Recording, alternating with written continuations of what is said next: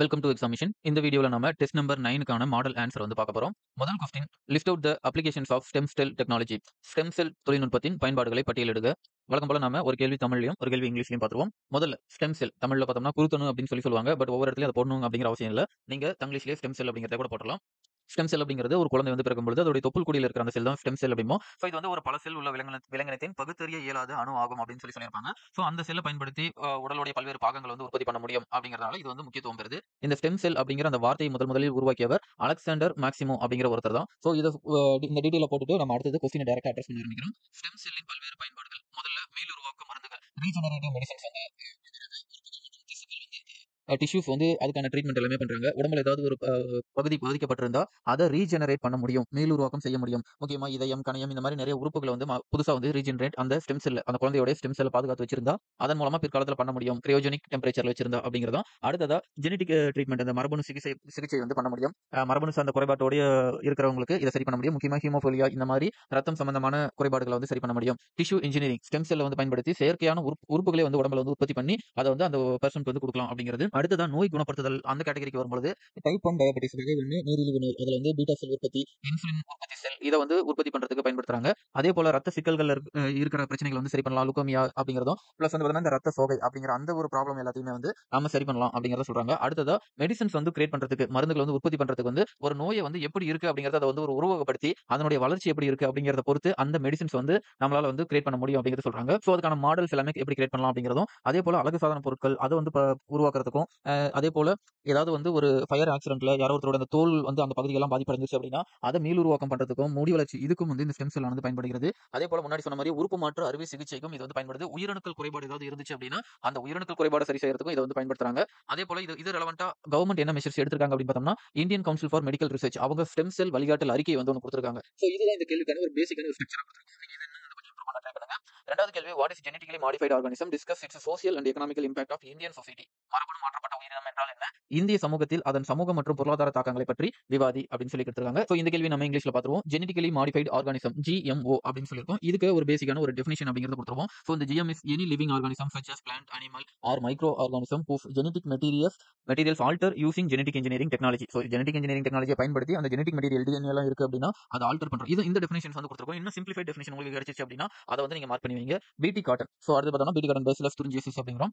இது இந்தியாவில் 2002ல வந்து இன்ட்ரடக்ஷன் பண்றாங்க. காட்டன் வந்து பேஸ் பண்ணி முதல்ல வந்து இதை ரிலீஸ் பண்றாங்க. ஸோ இந்த பேசிக் இன்ஃபர்மேஷன் கொடுத்துட்டு இப்போ கொஸ்டின் அட்ரஸ் பண்ண ஆரம்பிக்கிறோம். Socio economic impact of genetically modified organism அப்படின்னு சொல்லுவோம். ஸோ இந்த எப்படி இம்பாக்ட் இருக்குன்னு சொல்லி முதல்ல எகனாமிக்கல் இம்பாக்ட் அப்படிங்கிறத பார்ப்போம். Positive இம்பாக்டும் negative இம்பாக்டும். இம்பாக்ட்னு கேட்கும்போது இது ரெண்டுமே நம்ம பிரிச்சு தான் எழுதுற மாதிரி இருக்கும். ஸோ பாசிட்டிவ் இம்பாக்ட் பொறுத்த வரைக்கும் இன்க்ரீஸ் கிராப் ஈல்ட். ஸோ கிராப்போட ஈல்ட் வந்து முக்கியமா பிடி காட்டன் ஒரு எக்ஸாம்பிள் வச்சு 20 to 60% ஆஃப் ப்ரொடக்ஷன் வந்து இன்க்ரீஸ் ஆயிருக்கு. கவர்மெண்டோடைய டார்கெட்டான டபுளிங் ஃபார்மர் இன்கம் அப்படிங்கிறதையும் வந்து இது ரீச் பண்ணிருக்கு. என்ன காரணம் அப்படின்னா அந்த பெஸ்டிசைடோட யூசேஜ் குறையும் பொழுது இன்புட் காஸ்ட் வந்து ஃபார்மருக்கு குறையுது. அதனால அவங்களோட இன்கம் வந்து இன்க்ரீஸ் ஆகுது. ரூரல் எம்ப்ளாய்மெண்ட், மோர் ரூரல் லேபருக்கு வந்து எம்ப்ளாய்மெண்ட் ஆப்பர்ச்சுனிட்டி வந்து கிடைக்குது. பிளஸ் வந்து ஃபுட் செக்யூரிட்டி வந்து என்ஷூர் பண்ண முடியுது அப்படிங்கிறத சொல்றாங்க. இது பாசிட்டிவ். பட் நெகட்டிவ் ஆஸ்பெக்ட்ல பார்க்கும்போது கார்பரேட்டோட மோனோபோலி இந்த இடத்துல வந்து இருக்கு. முக்கியமா இந்த பிடி காட்டன் இன்ட்ரடக்ஷன் பண்ண மான்ஃபோட்டோ அப்படிங்கிற ஒரு கம்பெனி என்ன பண்றாங்க அப்படின்னா அவங்க கிட்ட மட்டும் தான் அந்த சீட்ஸ் வந்து ப்ரொக்யூர் பண்ற மாதிரி இருக்கு.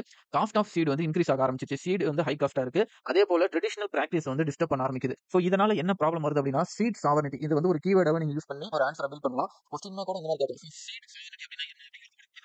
ஸோ அதோடைய நம்மளுடைய அட்டானமி வந்து நம்ம யூஸ் பண்றோம். அதே போல இந்த ஜெனடிக்கலி ஜிஎம்ஓ கிராப் அப்படிங்கிறது இனிஷியல்ல தான் நல்ல ப்ரொடக்ஷன் வந்து கிடைக்குது. பட் லாங் டர்ம் பார்க்கும்போது இதோட ப்ரொடக்ஷன் வந்து ஒரே ஃபீல்டில் திரும்ப திரும்ப போடும்போது அதோட இனிஷியல் ப்ரொடக்ஷனை விட ரொம்ப கம்மியாக தான் வர ஆரம்பிக்குது. ஸோ இப்போ முதல்ல எகனாமிக்கல் இம்பாக்ட் பார்த்துட்டோம். சோசியல் இம்பாக்ட் பொறுத்த வரைக்கும் கிட்டத்தட்ட இது வந்து அதே மாதிரியான ஒரு ஆன்சர் தான் டிசைன் பண்ற மாதிரி இருக்கும்.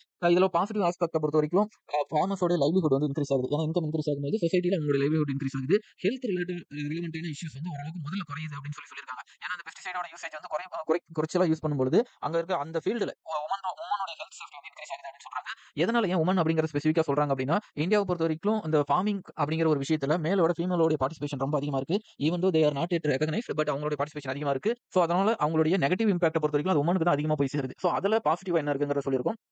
அதுக்கு அடுத்தது நியூட்ரிஷன் வேல்யூ வந்து இன்க்ரீஸ் ஆயிருக்கு அப்படிங்கிறது பாசிட்டிவ்ல சொல்லியிருக்கோம். உதாரணத்துக்கு கோல்டன் ரைஸ் இந்த விட்டமின் ஏ வந்து என்ரிச் பண்ணி ஃபுட் ஃபோர்டிஃபிகேஷன் அப்படிங்கிற விஷயம்லாம் இருக்கும். அதன் மூலமா இந்த நியூட்ரிஷன் வந்து இன்க்ரீஸ் ஆகுது அப்படிங்கிறத சொல்லியிருக்கோம். என்ன காரணம் அப்படின்னா இந்த ஜிஎம்ஓ கிராப் வந்து நல்ல இரிகேட்டட் ஏரியாவுக்கு தான் சூட்டபிளா இருக்கு. ஸோ அதனால இரிகேஷன் கம்மியா இருக்கிற ஏரியாவுக்கு வந்து அந்த ஜிஎம்ஓ வந்து சூட்டபிளா இல்லாத டைம்ல உங்க ஃபார்மர்ஸ்க்கு இடையில இருக்கிற அந்த இன்இக்வாலிட்டி அப்படிங்கிறது அதிகமாயிருச்சு. அதே போல ஃபார்ம்ஸோட டிஸ்ட்ரெஸ், ஃபார்மரோட சூசைட் அதெல்லாம் வந்து அதிகமாக ஆரம்பிச்சிருச்சு. இந்த பிடி காட்டன் வந்து பின்னாடி உதாரணமா மகாராஷ்டிராவில் விதர்பா அப்படிங்கிற ஒரு ரீஜன்லாம் இருக்கும். ஸோ அந்த இடத்துலலாம் வந்து ஃபார்மர் சூசைடுக்கு வந்து ரொம்ப வந்து ஒரு காலத்துல அதிகமான இன்சிடென்ட் வந்து நடக்க ஆரம்பிச்சிருக்கும். ஹெல்த் இன்சிடென்ட் பொறுத்த வரைக்கும் அலர்ஜிஸ் வந்து கிரியேட் ஆக ஆரம்பிச்சிருது ஒவ்வொருத்தருக்கு. அதே போல பயோடைவர்சிட்டியோட லாஸ் வந்து அதிகமா இருக்கு. ஏன்னா லோக்கல் வெரைட்டி அதாவது நாட்டு விதைகள் அப்படிங்கிறதெல்லாம் பார்த்தோம்னா அதிகமா இல்லாம போறது வந்து ஒரு முக்கியமான இந்த நெல் அந்த மாதிரியான விஷயங்கள்லாம் வந்து பல ரகங்கள் இருந்ததெல்லாம் வந்து எராடிகேட் ஆயிருச்சு அப்படிங்கிறத சொல்றாங்க. அதே போல நேட்டிவ் ஸ்பீசிஸ் வந்து நம்ம கிட்ட இருந்து எராடிகேட் ஆயிருச்சு அப்படிங்கிறத சொல்லி இந்த ஆன்சர் வந்து கம்ப்ளீட் பண்ணிருக்கோம். பசுமை ஹைட்ரஜன் திட்டத்தின் முக்கிய அம்சங்களை பற்றி விவாதி. முதல்ல பசுமை ஹைட்ரஜன். பசுமை ஹைட்ரஜன் பேசிக்கா என்ன அப்படிங்கிறது உங்களுக்கு தெரிஞ்சா நீங்க அதை எழுதுங்க. அப்படி இல்லைன்னா ஜெனரலிஸ்டிக்கான ஒரு இன்ட்ரோ கூட கொடுத்துருங்க. தேசிய பசுமை ஹைட்ரஜன் திட்டம் நேஷனல் கிரீன் ஹைட்ரஜன் மிஷன் 2023. அதே போல இந்த மாதிரி இடத்துல ஸ்பேஸ்லாம் விட வேணாம்.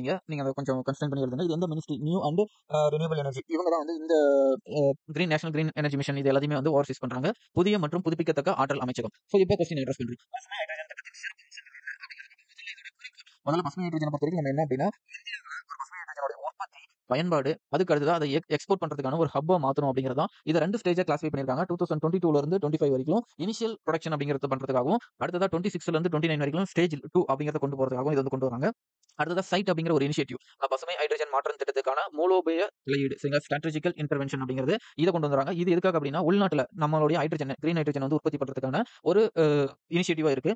அதே போல பசுமை ஹைட்ரஜனுடைய அந்த ஹப்பா வந்து இதை வந்து கொண்டு வராங்க. இதை வந்து ப்ரொடக்ஷன் பண்றது, யூசேஜ் பண்றது இது எல்லாமே 2030க்குள்ள நம்மளுடைய டார்கெட் அப்படின்னு சொல்லி வச்சிருக்கோம். அது என்ன அப்படின்னா ப்ரொடக்ஷன்ல 5 மில்லியன் மெட்ரிக் டன்னா வந்து நம்ம வந்து ப்ரொடக்ஷன் பண்ணோம். அதே போல இது ரினியூவல் எனர்ஜில 125 ஜிகாவாட்டா வந்து இந்த ரினியூவல் எனர்ஜில வந்து இது கொண்டு வரணும் அப்படிங்கிறதும். அதே போல இன்வெஸ்ட்மெண்ட் அப்படிங்கிறது 8 லேக் crore 8 லட்சம் கோடி வந்து இதுல இன்வெஸ்ட்மெண்ட் பண்றாங்க. முதலீடு பண்றதுக்கு தகுந்த போல எம்ப்ளாய்மெண்ட் ஆப்பர்ச்சுனிட்டி பார்த்தோம்னா 6 லட்சம் வேலை வாய்ப்புகளை வந்து இந்த ஸ்பெசிஃபிக்கான ஃபீல்டுல கிரீன் ஹைட்ரஜன் அந்த ஃபீல்டுல மட்டும் உருவாக்கணும் அப்படிங்கிறதும். அதே போல கிரீன் நம்மளுடைய பசுமை இல்ல வாயு சரிங்களா கிரீன் ஹவுஸ் கேஸோடைய அளவு வந்து குறைக்கணும் அப்படிங்கிறதுக்கும் இயர்லி பார்த்தோம்னா 50 MMT வரைக்கும் வந்து குறைக்கணும் அப்படிங்கிறதும் சொல்லியிருக்காங்க. இதே போல படிம எரிபொருளோட இறக்குமதியை வந்து நம்ம வந்து குறைக்கணும். அந்த ஃபாசில் ஃபியூல் வந்து அதோட இம்போர்ட் குறைக்கணும். எவ்வளவு அப்படின்னா 1 லட்சம் கோடி வரைக்கும் அதோட இம்போர்ட் வந்து நம்ம ரீப்ளேஸ் பண்ணணும் அப்படிங்கிற ஒரு டார்கெட்டும் இதுல வச்சிருக்காங்க. அடுத்த கேள்வியை பொறுத்த வரைக்கும் describe the applications of science and technology in water management with respect to agriculture sector. So அந்த கேள்வி கரெக்டாக வந்து பிரேக் பண்ணி பார்த்துக்காங்க. விவசாயத்துறையை பொறுத்தவரை நீர் மேலாண்மையில் அறிவியல் மற்றும் தொழில்நுட்பத்தின் பயன்பாட்டை விவரிக்க அப்படின்னு சொல்லி கேட்டிருக்காங்க. ஸோ இதை வந்து நம்ம இங்கிலீஷ்ல வந்து பார்த்துருவோம். Water management. So water management அப்படிங்கிறதுக்கான ஒரு பேசிக்கான introduction. Water management is the process of planning, developing, distribution and optimising the value use of water resource in efficient way அப்படிங்கிற ஒரு பேசிக்கான இன்ட்ரோ. இது வந்து உங்களுடைய ஓன் லெட்டருக்கு தகுந்த போல நீங்க அதை மாற்றி எழுதிக்கலாம். அடுத்தது 2 important factual information. Jal Shakti Abhiyan 2019, Atal Bhujal Yojana 2019. இந்த பூஜல் பூ அப்படின்னாவே பூமி அப்படிங்கிறது, அது ஜல் அப்படிங்கிறது பார்த்தோம்னா வாட்டர். ஸோ கிரவுண்ட் வாட்டர் தான் இதை மென்ஷன் பண்றாங்க. கிரவுண்ட் வாட்டர் மேனேஜ்மெண்ட் பத்தி சொல்லியிருக்காங்க. ஸோ இப்போ கேள்வி application of science and technology in water management. So இதை எடுத்துருக்காங்க. Water treatment and purification. முதல்ல இந்த வாட்டரோடைய அதோட filtration system, UV and ozone treatment இதெல்லாம் பண்ணி வாட்டர் வந்து ட்ரீட்மெண்ட் பண்ணலாம் அப்படிங்கிறதும். வாட்டர் கன்சர்வேஷன் பத்தி அக்ரிகல்ச்சர் கொஸ்டினோட டிமாண்ட்ல வந்து இதெல்லாம் இருக்கு. ஸோ ஸ்ப்ரிங்க்லர் இரிகேஷன் இந்த மாதிரியான டெக்னாலஜி யூஸ் பண்றதுக்கு கவர்மெண்ட் சில மெஷர்ஸ் எடுத்திருக்காங்க. இதுதான் வந்து ஒரு மோட்டோ இருக்கும். பர் டிராப் மோர் கிராப் அப்படின்னு சொல்லி ஒரு துளி பல பயிர்கள் அப்படின்னு சொல்லி ஒரு மோட்டோ இருக்கும். ஸோ அந்த மாதிரி மோட்டோ இருந்தால் அதையும் நீங்கள் எக்ஸ்ட்ரா வந்து நீங்கள் மென்ஷன் பண்ணுங்க. அடுத்ததான் ரெயின் வாட்டர் ஹார்வெஸ்டிங் ஹவுஸ் ஹோல்டில் வந்து இதை கன்சர்வ் பண்ணுறது. அதே போல் லார்ஜ் சைஸில் செக் டேம்ஸோ இல்லை வந்து பெரிய பெரிய டேம்ஸோ வந்து பண்ணி பண்ணுறது. இது எல்லாமே இதில் மென்ஷன் பண்ணலாம். அடுத்தது ஸ்மார்ட் கிராப் செலெக்ஷன். ஸோ அந்த ஸ்மார்ட் கிராப் வந்து அந்த வாட்டர் கன்சம்ஷனை பேஸ் பண்ணி கம்மியாக ஓரளவுக்கு அதை கன்சியூம் பண்ணுறதை பேஸ் பண்ணி அந்த கிராப்பை நீங்கள் செலக்ட் பண்ணலாம் அப்படிங்கிறத சொல்றாங்க. அடுத்தது கிராப் வந்து ரொட்டேஷன் வந்து இம்பார்ட்டன்டாக இருக்கு. அப்போ தான் வந்து அந்த ப்ரொடக்டிவிட்டி இன்க்ரீஸ் ஆகும். வாட்டர் வந்து எப்பயுமே ஆப்டிமைஸ்டு யூஸாக பண்ண முடியும் அப்படிங்கிறதும். அதே போல நேட்டிவ் கிராப் பிளான்டேஷன் பண்ணும்போது அது அந்த வாட்டர் கன்சம்ஷனை வந்து குறைக்கும் அப்படிங்கிறத சொல்லியிருக்காங்க.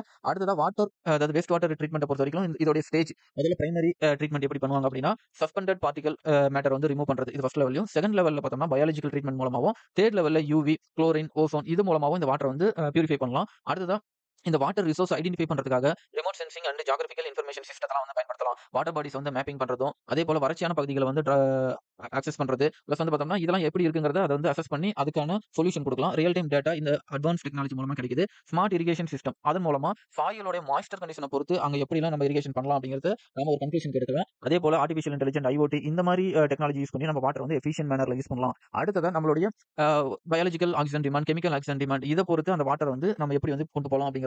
அடுத்தது cloud computing and data analysis மூலமா எந்த ஏரியாவுக்கு என்ன விதமான வாட்டர் வந்து வெதர் கண்டிஷன் எப்படி இருக்கு, ரெயின்ஃபால் எப்படி இருக்கு அப்படிங்கறத இதை வந்து யூஸ் பண்ணலாம் அப்படிங்கிறதும். ஏர்லி வார்னிங் சிஸ்டம் மூலமா சேட்டலைட் அந்த இதெல்லாம் யூஸ் பண்ணி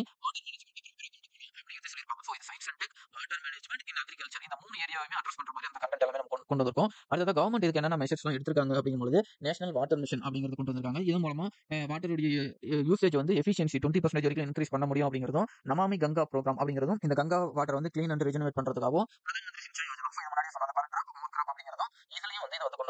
அடுத்ததா 5th question write a short note on ICAR, INCOIS, CSIR இந்த 3 பத்தியும் வந்து சொல்லியிருக்காங்க. சிறுகுறிப்பு எழுதுக அப்படின்னு சொல்லி.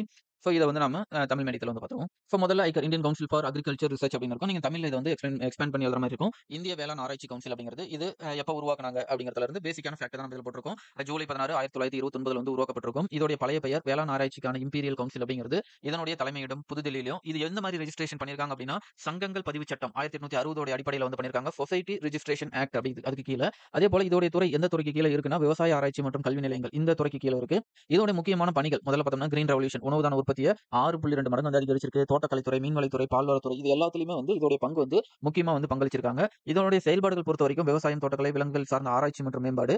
கல்வியில பொறுத்த வரைக்கும் கல்வியில வந்து பல்கலைக்கழகங்களை வந்து இணைச்சு ஒரே மாதிரியான சிலபஸ் வந்து கொண்டு வருது. கிருஷி விக்யான் கேந்திரா மூலமா தொழில்நுட்பம் மற்றும் கல்வி வளர்ச்சிக்கு ஊக்குவிக்கிறது. இதுதான் அவங்களுடைய முக்கியமான வேலைகள். அடுத்ததா இந்திய தேசிய பெருங்கடல் தகவல் சேவை மையம் இன்கோசிஸ் அப்படிங்கிறது இருக்கு. இது 1999 வந்து உருவாக்கப்பட்டிருக்கும். இதனுடைய தலைமையிடம் ஹைதராபாத்ல இருக்கு. இது எந்த அமைச்சகத்துக்கு கீழே இருக்கு அப்படின்னா மினிஸ்ட்ரி ஆஃப் எர்த் சயின்ஸ் புவி அறிவியல் அமைச்சகத்துக்கு கீழே இருக்கு. இதனுடைய மோட்டோ பெருங்கடல்ல இருக்கிற தகவல் வந்து சேகரிக்கிறது, மக்கள், தொழிற்சாலை, அரசுக்கு வந்து இந்த தகவல்கள் வந்து தெரிவித்து அதுக்கு தகுந்த போல முடிவுகளை வந்து அவங்க எடுக்க வைக்கிறது. இதுதான் இவங்களுடைய பணியா இருக்கும். அதே போல இந்தியாவுடைய சுனாமி எச்சரிக்கை மையமும் வந்து இவங்க செயல்படுறாங்க.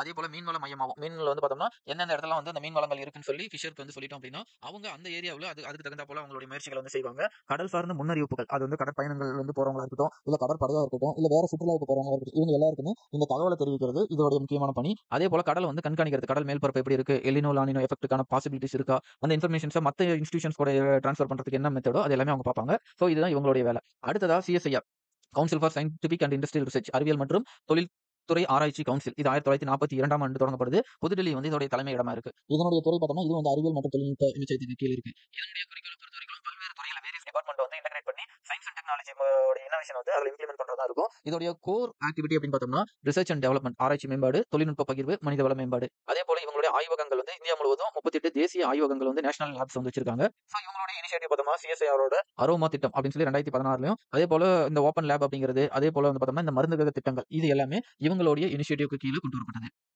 அடுத்ததா discuss about the municipal solid waste management and problem associated with it நகராட்சி திடக்கழிவு மேலாண்மை மற்றும் அதனுடன் தொடர்புடைய பிரச்சனைகளை பற்றி விவாதிக்க அப்படின்னு சொல்லி கேட்டிருக்காங்க. ஸோ இதில் solid waste management. So municipal solid waste management refer to collection, transportation, processing, recycling and disposal of solid waste அப்படின்னு சொல்லி ஒரு இன்ட்ரோ கொடுத்து வந்து ஸ்டார்ட் பண்றோம். இந்த வேஸ்ட் இந்த முனிசிபல் வேஸ்டோட மேனேஜ்மெண்ட் பிராக்டிஸ் எப்படி இருக்கு அப்படிங்கிறத வந்து ஒரு பிராக்டிஸ் மெத்தடாலஜி முதல்ல போட்டுரும். முதல்ல சோர்ஸ் செக்ரிகேஷன் அது உருவாகிற இடத்துல என்ன பண்றாங்க அப்படின்னா அது வந்து எப்படியாப்பட்ட அந்த சோர்ஸ் அப்படிங்கிறத அது வந்து பிரிச்சு இதை கொண்டு வராங்க. மெடிக்கல் வேஸ்ட் இல்ல வந்து நார்மலான டொமஸ்டிக் வேஸ்ட் அப்படிங்கிற அந்த விஷயங்கள் எல்லாமே பண்றாங்க. கம்போஸ்டிங்ல வந்து ஏரோபிக் அனாரோபிக் மெத்தட்லயும் vermicomposting, biogas generation, incineration இது எல்லாமே இந்த பிராக்டிஸ்க்கு கீழே தான் வந்து கொண்டு வருது. Problem associated with municipal solid waste management இது கொஸ்டின் நம்ம வந்து அட்ரஸ் பண்றோம். முதல்ல இன்எடிகுவேட் கலெக்ஷன்ஸ் அண்ட் செக்ரிகேஷன். அந்த கலெக்ஷன் செக்ரிகேஷன்லயே அது பிரிக்கிறதுல வந்து இன்எடிகுவேட் பிராக்டிஸ் வந்து இருக்கு. ஸோ அதனாலேயே வந்து ஒரு இனிஷியலி ப்ராப்ளம் அப்படிங்கிறது வந்து வருது.